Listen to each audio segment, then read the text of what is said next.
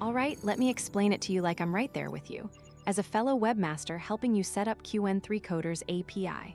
First, you need to go to the official Scope International website at https://scopintel.com.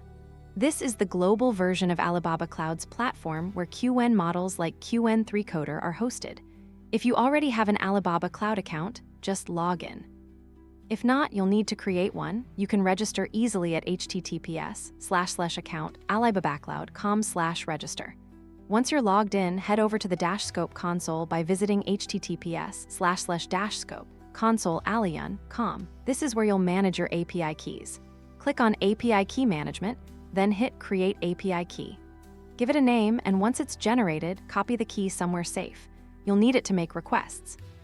Now, to actually use this key, open your terminal and set 3 environment variables like this.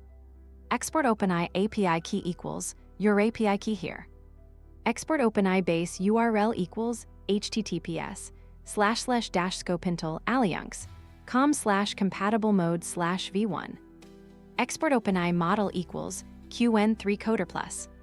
This tells your local system how to communicate with the Qwen3Coder API.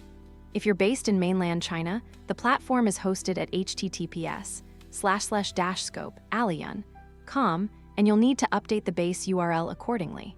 Once everything is set, just type Qwen in the terminal and it will launch the interactive coding AI interface.